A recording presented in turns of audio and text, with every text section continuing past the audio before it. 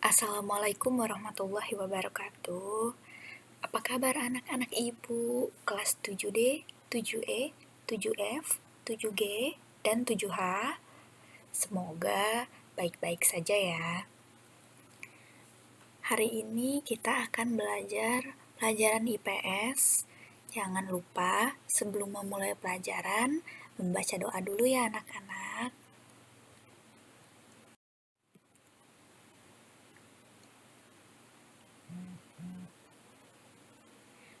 Nah, materi kita hari ini yaitu membahas tentang interaksi sosial dan lembaga sosial yang terdapat di bab 2.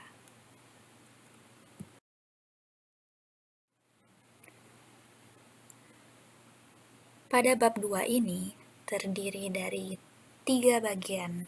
Pertama, yaitu bagian A, interaksi sosial. Bagian B, yaitu pengaruh interaksi sosial terhadap pembentukan lembaga sosial. Dan yang ketiga, yaitu bagian C, lembaga sosial. Nah, saat ini kita masuk ke pembahasan di bagian A, yaitu interaksi sosial. Bagian A ini terdiri dari 3 subbagian. Yang pertama, kita akan membahas tentang pengertian interaksi sosial. Yang kedua, kita akan membahas syarat-syarat terjadinya interaksi sosial. Dan yang ketiga, kita akan membahas tentang bentuk-bentuk interaksi sosial.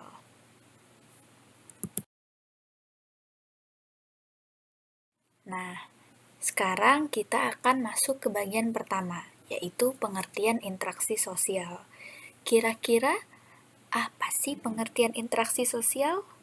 Anak-anak ibu yang pintar, apakah ada yang mengetahui apa itu yang dimaksud dengan interaksi sosial?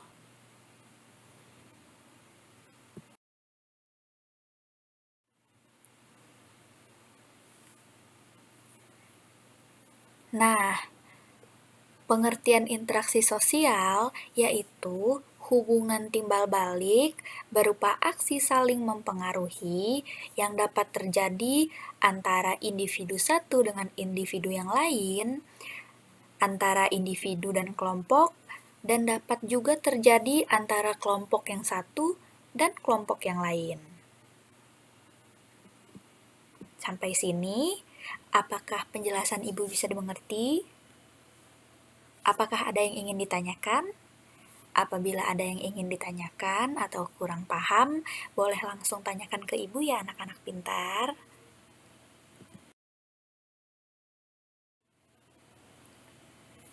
Nah, beberapa contoh dari interaksi sosial yaitu, jika ada satu yang bertanya, maka ada pula yang menjawab.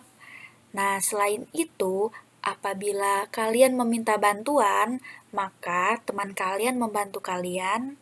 Dan apabila ada yang mengajak bermain, maka ada pula yang ikut bermain. Anak-anak ibu apakah bisa menambahkan contoh dari interaksi sosial yang lain? Apabila bisa, silahkan beritahukan ibu ya. Nah, selanjutnya yaitu terdapat 5 faktor penyebab berlangsungnya suatu proses interaksi sosial menurut Surjono Sukanto, yaitu sebagai berikut. Yang pertama yaitu imitasi, yang kedua adalah sugesti, yang ketiga adalah identifikasi, yang keempat adalah simpati, dan yang kelima, yang terakhir yaitu empati. Nah, kita bahas dari imitasi. Imitasi merupakan proses seseorang mencontoh atau meniru orang lain. Nah, proses meniru atau mencontohnya ini hanya sebagian, tidak keseluruhan. Nah, imitasi juga dibagi menjadi 2 hal, imitasi yang positif atau imitasi yang negatif. Nah, contoh imitasi yang positif misalnya yaitu ada anak kecil yang meniru orang tuanya menyeberang di penyeberangan jalan, di zebra cross atau di jembatan penyeberangan jalan. Itu adalah salah satu contoh imitasi yang positif. Nah, sedangkan contoh imitasi yang negatif yaitu seorang lelaki yang meniru teman lelakinya untuk membolos dari sekolah. Selanjutnya yaitu sugesti. Nah, sugesti sendiri merupakan pengaruh yang dapat menggerakkan hati seseorang. Contohnya yaitu apabila kalian sakit, lalu kalian berobat ke dokter, maka kalian akan lebih cepat sembuh karena kalian sudah melihat dokter tersebut dan kalian berpikiran, kalian bersugesti bahwa apabila telah diberikan dokter obat, maka kalian akan lebih cepat sembuh. Padahal sebenarnya kalian belum meminum obat tersebut. Yang ketiga yaitu identifikasi. Nah, identifikasi adalah kecenderungan atau keinginan seseorang untuk menjadi sama dengan pihak lain, yaitu meniru secara keseluruhan. Bedanya dengan imitasi yaitu apabila imitasi meniru sebagian, kalau identifikasi dia meniru secara keseluruhan. Dia ingin menjadi sama dengan tokoh yang ditirunya. Misal, ada anak yang mengidolakan ibunya, maka dia akan belajar untuk mengerjakan semua pekerjaan yang dikerjakan ibunya. Misalnya, memasak, membereskan rumah, membersihkan rumah, dan yang lainnya. Atau misalnya, ada seseorang yang sangat hobi dengan Korea. Dia akan meniru mulai dari baju atau fashionnya, dia akan mengikuti gaya rambutnya, akan mengikuti potongan rambutnya, dan dia juga akan mengikuti gaya-gaya atau dandanan dari tokoh Korea idamannya. Nah, selanjutnya yaitu simpati. Simpati merupakan situasi ketertarikan seseorang kepada orang lain. Contohnya, apabila tetangga kalian tertimpa musibah, maka kalian berusaha untuk membantunya karena kalian ikut merasakan kesedihannya. Nah, yang terakhir yaitu empati. Empati adalah bentuk simpati yang mendalam terhadap orang lain, yang dapat mempengaruhi kondisi fisik dan jiwa seseorang. Contohnya yaitu ada seorang anak perempuan yang menonton drama, lalu karena dia sangat menghayati drama tersebut, yang ceritanya sangat sedih, maka ia ikut merasakan kesedihan dari tokoh di drama tersebut. Nah, untuk 5 faktor ini, apabila kalian ingin mengingat lebih cepat, maka kalian bisa menyingkatnya dengan singkatan ISISE.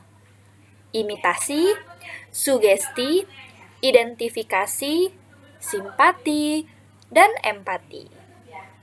Sampai sini apakah penjelasan Ibu jelas, anak-anak? Ada yang ingin ditanyakan? Apabila ada yang ingin ditanyakan, silahkan beritahu Ibu ya.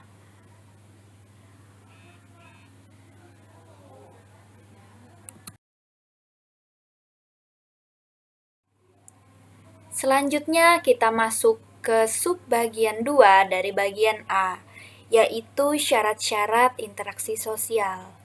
Anak-anak Ibu yang cerdas, apakah ada yang mengetahui apa saja syarat-syarat terjadinya interaksi sosial? Ada berapa saja syarat terjadinya interaksi sosial dan apa saja syarat tersebut? Apabila ada yang mengetahui, silakan beritahu Ibu ya.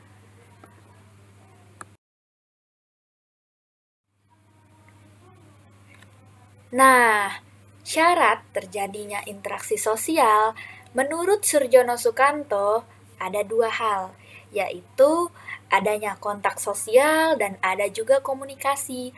Apabila salah satu syarat tersebut tidak terpenuhi, maka tidak dapat terjadi interaksi sosial. Dan apabila semuanya terpenuhi, maka terjadilah yang namanya interaksi sosial.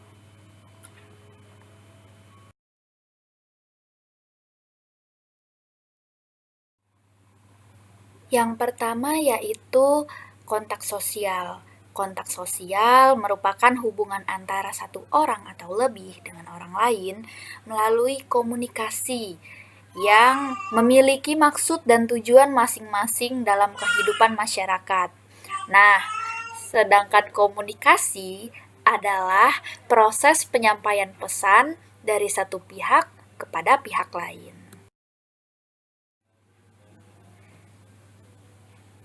Yang pertama kita bahas adalah kontak sosial.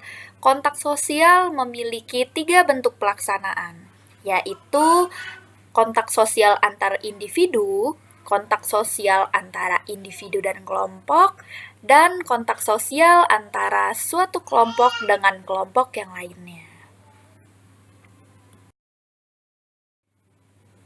Yang kedua yaitu komunikasi. Nah, jadi di komunikasi ini terdapat 5 unsur pokok, yaitu komunikator, komunikan, pesan, media, dan efek. Yang pertama yaitu komunikator. Komunikator adalah orang yang menyampaikan pesan kepada pihak lain, sedangkan komunikan adalah orang yang menerima pesan tersebut. Nah, pesan adalah sesuatu yang disampaikan oleh komunikator kepada komunikan. Pesan bisa disebut juga dengan informasi.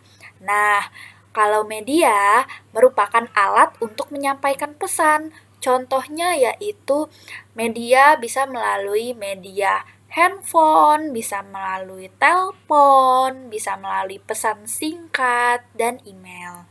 Nah, yang terakhir yaitu efek. Efek adalah perubahan yang diharapkan terjadi kepada komunikan atau kepada penerima pesan setelah mendapatkan pesan dari komunikator atau si penyampai pesan. Sampai sini, apakah ada yang ingin ditanyakan anak-anak pintar? Apakah penerangan Ibu sudah jelas atau masih bingung? Apabila ada yang ingin ditanyakan, silakan hubungi Ibu ya. Selanjutnya kita masuk ke subbagian yang terakhir, yaitu bentuk-bentuk interaksi sosial. Nah, anak-anak Ibu yang cerdas, apakah ada yang mengetahui apa saja bentuk-bentuk dari interaksi sosial? Apabila ada yang tahu, silahkan beritahu Ibu ya anak pintar.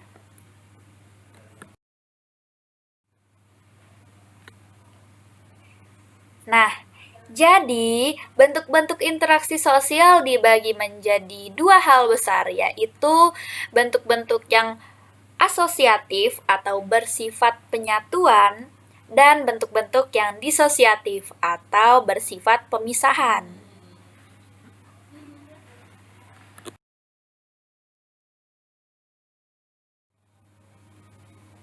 Kali ini kita akan membahas proses-proses asosiatif atau penyatuan yang terbagi menjadi 3 bentuk besar, yaitu kerjasama, akomodasi, dan juga asimilasi. Nah, yang pertama yaitu kerjasama. Kerjasama merupakan suatu usaha bersama, baik itu antar individu maupun antar kelompok, untuk mencapai tujuan bersama. Selanjutnya yaitu akomodasi, yang merupakan suatu cara untuk menyelesaikan pertentangan tanpa menghancurkan pihak lawan. Yang terakhir yaitu asimilasi, yang merupakan cara-cara mengurangi perbedaan baik antar individu maupun perbedaan antar kelompok guna mencapai suatu kesepakatan berdasarkan kepentingan dan tujuan bersama. Dari tiga bentuk besar ini akan kita bagi lagi menjadi beberapa bentuk kecilnya.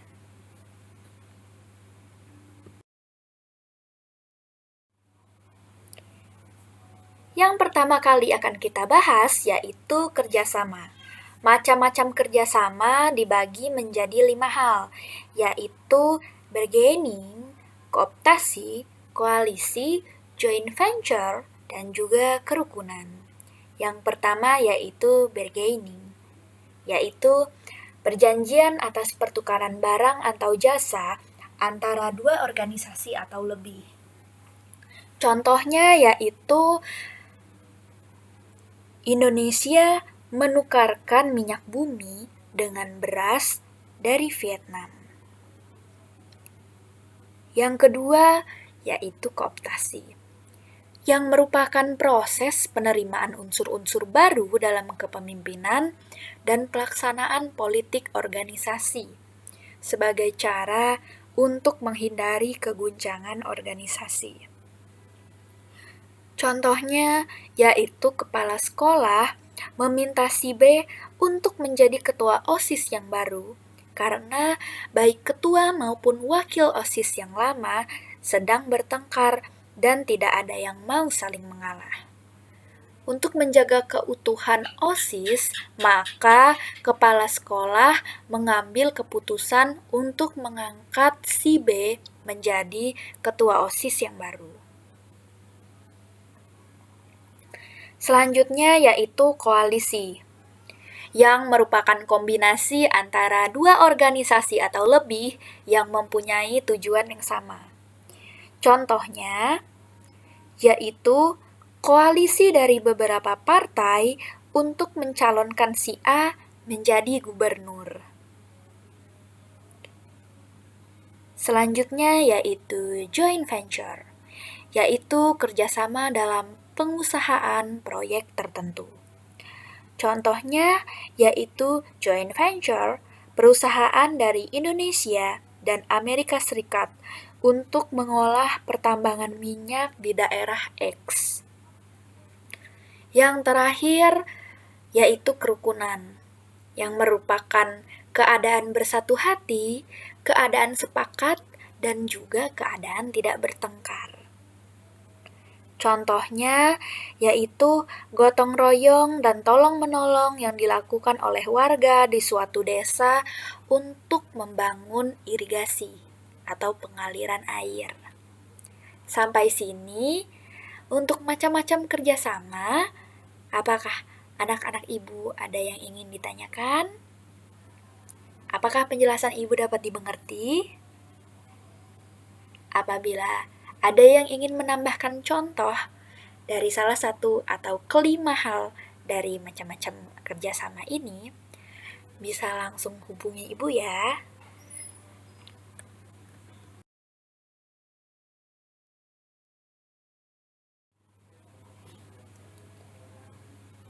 Selanjutnya yaitu macam-macam akomodasi.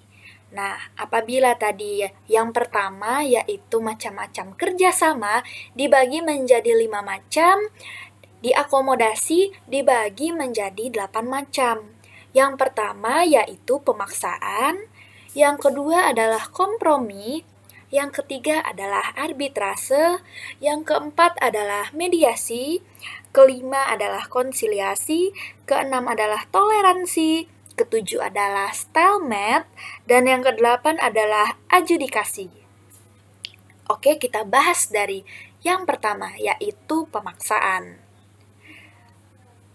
Pemaksaan dapat dilakukan baik secara fisik maupun psikologis, dan umumnya pemaksaan terjadi kepada pihak yang lebih lemah.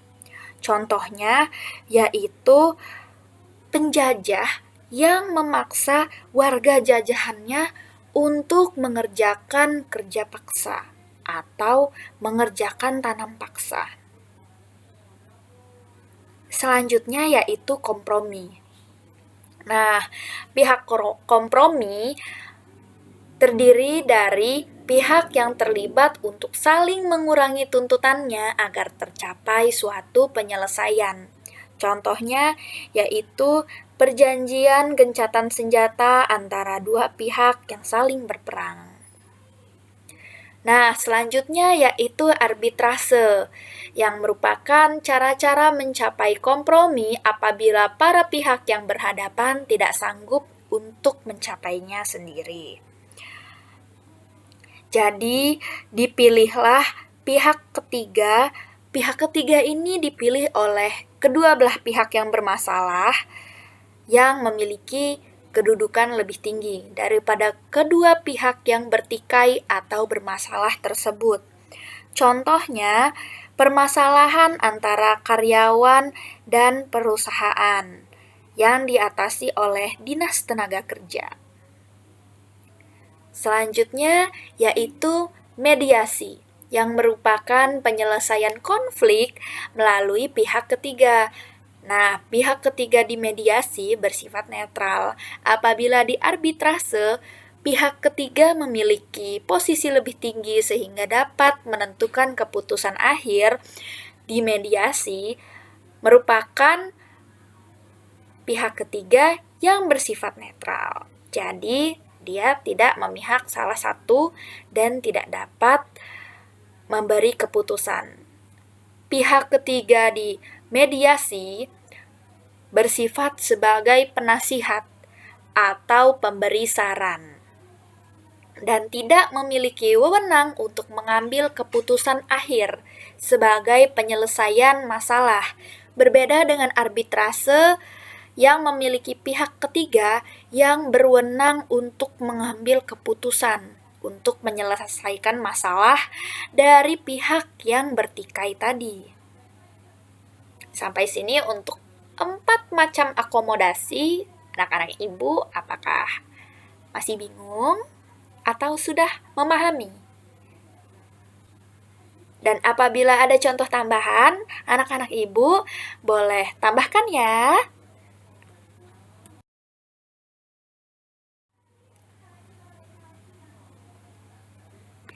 Oke, kita lanjutkan ke macam-macam akomodasi. Yang selanjutnya, yang kelima, yaitu konsiliasi. Konsiliasi yaitu mempertemukan para pimpinan pihak yang bertikai untuk mencapai suatu kesepakatan. Contohnya, mempertemukan wakil pemilik angkutan umum dan Dinas Perhubungan untuk membahas tentang tarif angkutan.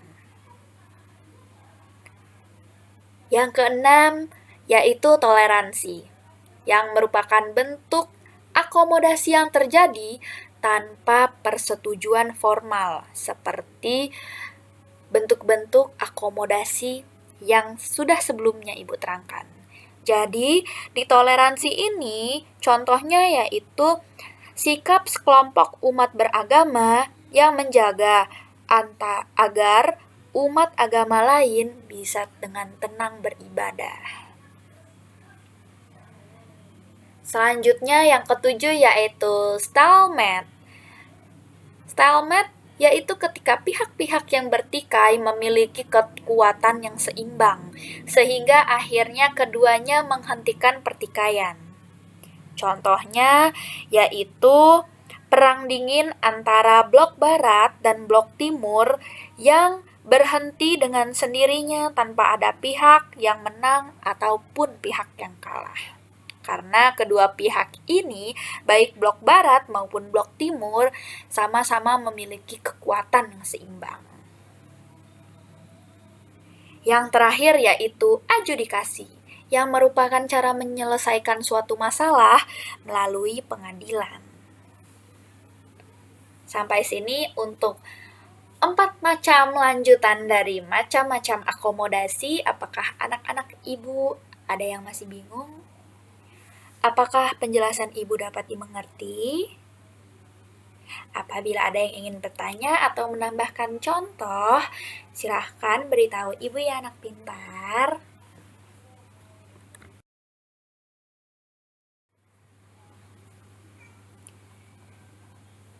Bagian ketiga dari proses-proses asosiatif atau penyatuan yaitu asimilasi. Nah, di asimilasi terdapat faktor-faktor yang mempermudah proses asimilasi atau faktor pendorong, dan terdapat pula faktor-faktor yang menghambat proses asimilasi.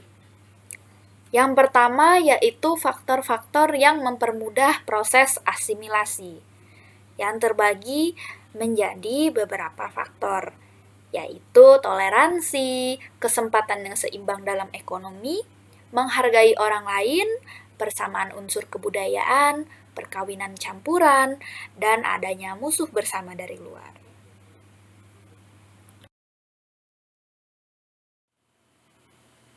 Selanjutnya, yaitu faktor penghambat atau faktor yang menghalangi proses asimilasi.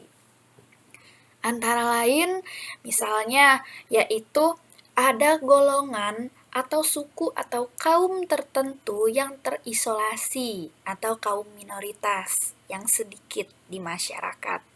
Yang kedua, kurangnya pengetahuan mengenai kebudayaan yang dihadapi.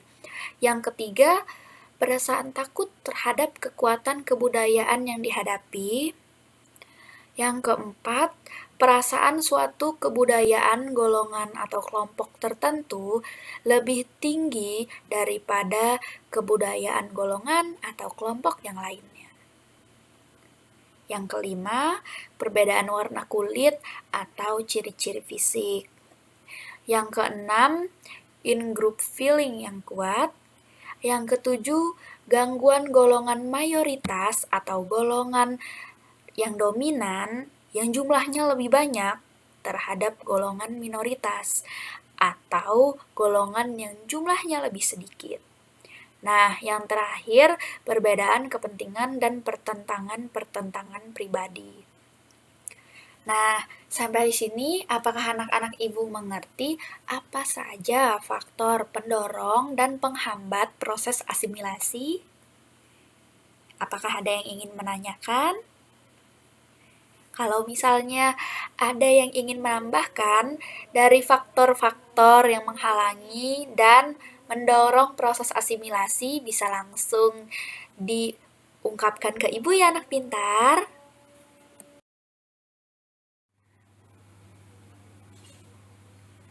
Selanjutnya kita masuk ke proses-proses disosiatif atau pemisahan yang terbagi menjadi 3 bentuk besar, yaitu kompetisi, kontraversi, dan pertentangan.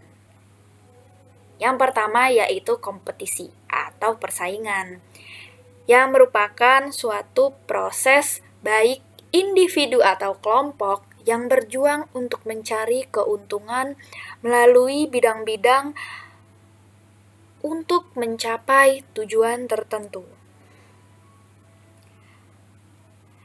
Nah, pada kompetisi atau persaingan ini terdapat 2 tipe persaingan, yaitu bersifat pribadi maupun bersifat non-pribadi. Tipe persaingan yang bersifat pribadi disebut juga dengan rivalitas. Contohnya yaitu persaingan antara para pemain bulu tangkis di suatu perlombaan dan persaingan antara 2 siswa untuk menjadi ketua OSIS. Nah, sedangkan persaingan non-pribadi biasanya dilakukan oleh kelompok, bukan individu. Contohnya yaitu persaingan antara 2 kesebelasan sepak bola untuk berebut kemenangan dan persaingan para partai politik untuk memenangkan pemilu. Selanjutnya yaitu kontraversi. Kontraversi ditandai dengan ketidakpuasan seseorang, perasaan tidak suka yang disembunyikan, kebencian dan keraguan-raguan atas kepribadian seseorang. Contohnya yaitu suatu kelas dalam satu sekolah tidak setuju dengan rencana OSIS di sekolah tersebut untuk mengadakan bersih-bersih pada hari Minggu.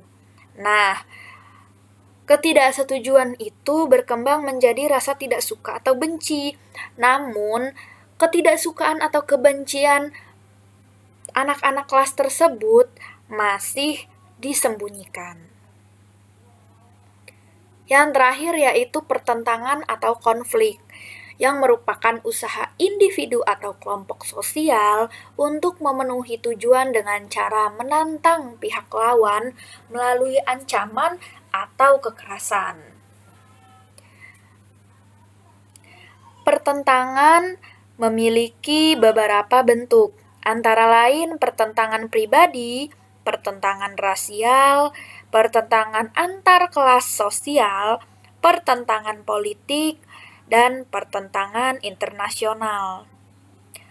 Pertentangan atau konflik ini dapat mengakibatkan beberapa hal, antara lain yaitu keretakan persatuan kelompok, kehancuran harta benda, bahkan dapat terjadi korban jiwa. Nah, jadi proses-proses disosiatif dimulai dari kompetisi, selanjutnya yang lebih parah yaitu kontroversi, yang paling parah yaitu konflik atau pertentangan. Sampai sini, apakah semua penjelasan Ibu dari awal hingga akhir ada yang bingung? Ada yang belum kalian mengerti? Apabila ada yang belum kalian mengerti, anak-anak Ibu yang pintar, jangan sungkan untuk bertanya kepada Ibu ya. Silakan hubungi Ibu. Dan apabila ada yang ingin memberikan contoh-contoh tambahan di luar contoh yang sudah Ibu berikan, bagus sekali. Ibu akan menerima dengan senang hati. Silakan kontak Ibu ya, anak pintar.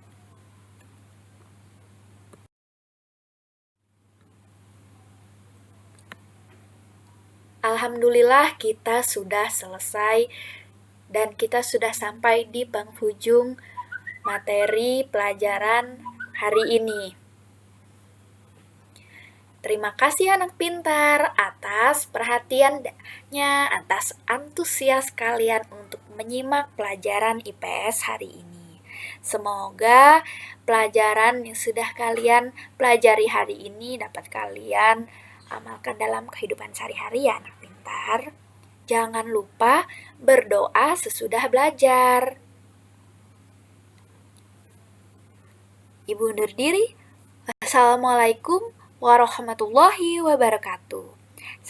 Semangat ya anak-anak pintar. Selamat belajar pelajaran yang lain.